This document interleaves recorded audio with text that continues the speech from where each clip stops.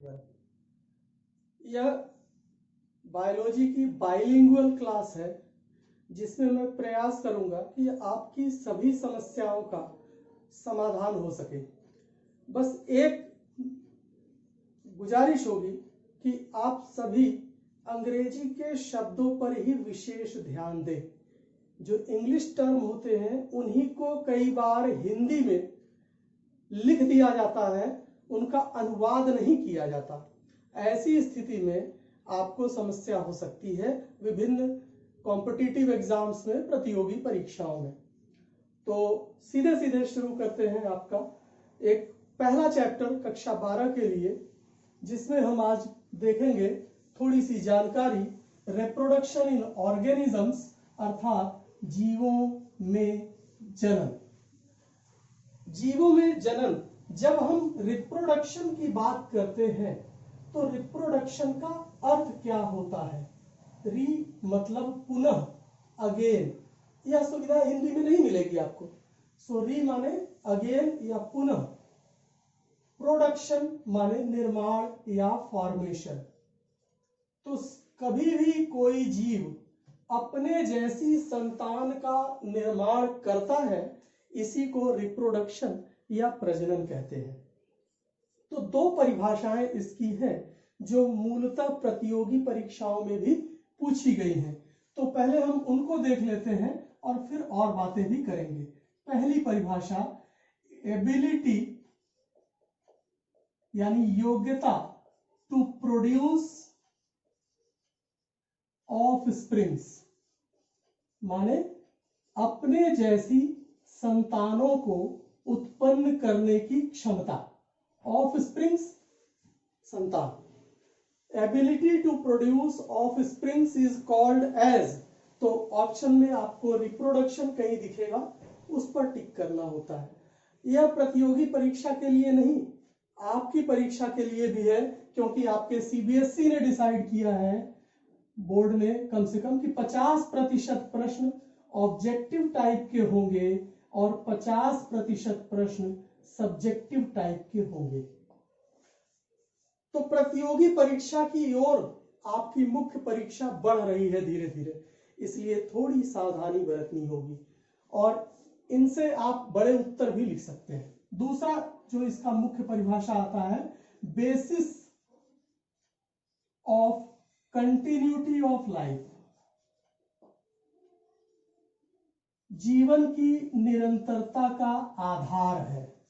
यहीं से हम यह समझने का प्रयास करेंगे कि आखिर प्रजनन की क्रिया आवश्यक क्यों हुई, इसकी जरूरत दुनिया को क्यों पड़ी।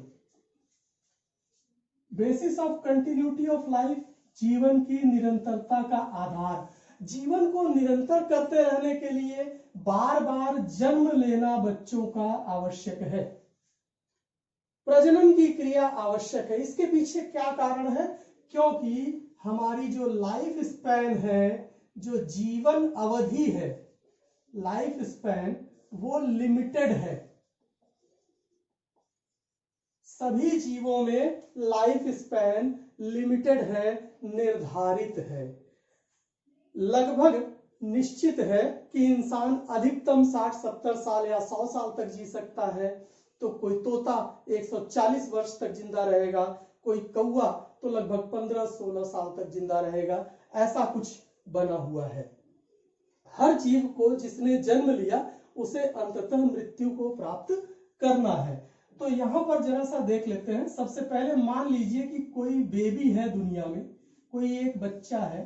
इस बच्चे में वृद्धि प्रारंभ हो गई, ग्रोथ जिसे कहते हैं।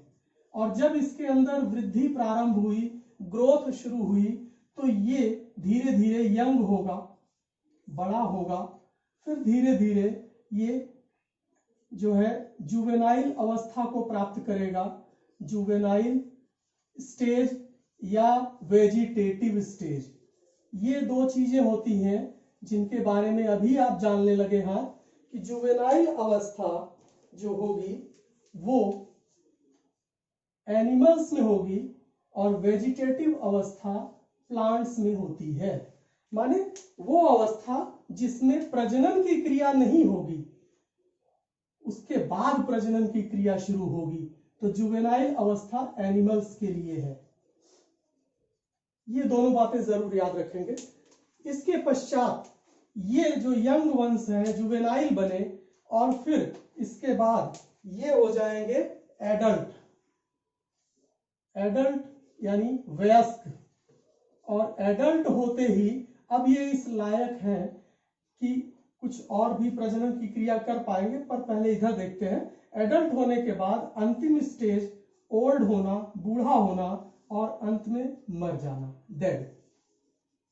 अब इसको अगर हम देखें तो समझ में आता है कि जीवन यहां से प्रारंभ हुआ, इस स्थान से, बच्चे से, और वृद्ध होने के पश्चात मृत्यु से संपन्न हो गया। तो किसी की कितनी भी लंबी आयु हो, अंत में मरने के बाद वो उस दुनिया से गायब। लेकिन दुनिया में वह प्रजाति बनी रहे, वह जीव बना रहे, उस जीव का अस्तित्व बना रहे। इसके लिए जरूरी है कि एडल्ट होने के बाद वृद्ध होने से पहले एक प्रक्रिया और चलती रहेगी जिसका नाम है रिप्रोडक्शन या प्रजनन। इस रिप्रोडक्शन या प्रजनन की वजह से फिर से न्यू बेबी दुनिया में आएगा, नया बच्चा दुनिया में आएगा और ये जीवन चक्र इसी प्रकार चलता रहेगा। तो मैंने एक खाका बना कर दिया आपको सामान्य जीवन चक्र का। तो यही एक कारण है कि कभी न कभी जन्म लेने के बाद जीव को मरना है, तो मरने से पहले उसके जैसे ढेर सारे जीव दुनिया में व्याप्त रहें, बने रहें, उनका अस्तित्व बना रहे, इसके लिए प्रजनन आवश्यक है। तो कोई पूछ सकता है कि प्रजनन की आवश्यकता क्यों पड़ी? तो प्रजनन की आवश्यकता इसलिए पड़ी ताकि जीवन वहां पर निरंतर बना रहे। यानी कि हम कह सकते हैं कि लाइफ स्पैन का मतलब क्या होता है कि जन्म से लेकर के birth to the natural death. Life span का मतलब बर्थ पीरियड है, समय, period between birth to natural death. प्राकृतिक मृत्यु, एक्सीडेंटल नहीं। बर्थ से लेकर नेचुरल डेथ तक के जो ड्यूरेशंस होते हैं उसे हम लाइफ स्पैन या जीवन अवधि कहते हैं। अब ये सभी जीवों में निर्धारित है, जैसा कि हमने पहले से जाना। अब एक और बात जान लीजिए कि लाइफ स्पैन का कोई संबंध नहीं है, no relation with size of animal. जानवर के या पौधे के साइज ऑफ ऑर्गेनिज्म। उदाहरण के लिए हम देख सकते हैं मैंगो ट्री कुछ वर्षों तक रहेगा, लेकिन बनियान ट्री, बरगद बहुत लंबी अवधि तक जीते हैं। इसी तरह से पैरट, ज्यादा वाला एक तरफ लिखते हैं, इसी तरह से पैरट लगभग 140 साल तक जीवित रह सकते हैं। तो दूसरी तरफ कौवा 14-15 साल तक, यानी कि क्रो। तो इस तरह से जीवन की लगभग समान आकार है, परंतु जीवन की अवधि सब में भिन्न है। तो ऐसा माना जाता है कि सिंगल सेल को छोड़ करके, सिंगल सेल ऑर्गेनिज्म को छोड़ करके सभी के सभी नश्वर हैं।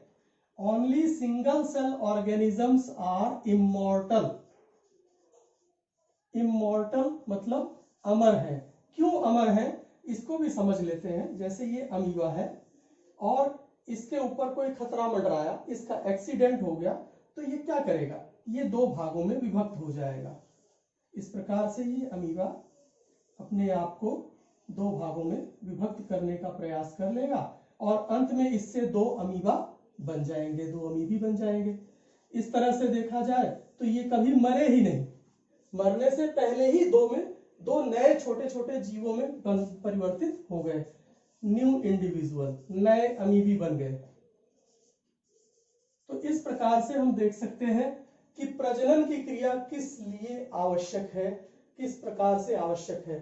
चूंकि लाइफ स्पैन निश्चित है, अंत में सबको मरना है सिवाय एक कोशिकीय जीवों को छोड़ करके, जिनमें विखंडन द्वारा नए जीव बन जाते हैं।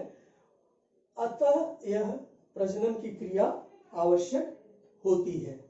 तो यहाँ पर हमने ये जाना कि प्रजनन की क्रिया क्यों आवश्यक है और प्रजनन की क्रिया क्यों है। तो एक प्रकार से ये क्या है, एक जैविक प्रक्रिया है। प्रजनन की क्रिया एक कैसी है, it is a biological process. Biological process जिसमें हमने जाना कि इसमें अपने जैसे संतानों को उत्पन्न करने की क्षमता होती है और ये जीवन की निरंतरता को भी बनाए रखते हैं। और इसमें जो आनुवंशिक लक्षण है वो ज्यों के त्यों अगली पीढ़ी में जाते हैं, थोड़े बहुत परिवर्तन भी होते हैं। तो इन सब चीजों को बेहतर समझने के लिए हम देखेंगे कि ये प्रजनन कितने प्रकार के होते हैं और कैसे होते हैं। तो तब तक के लिए धन्यवाद।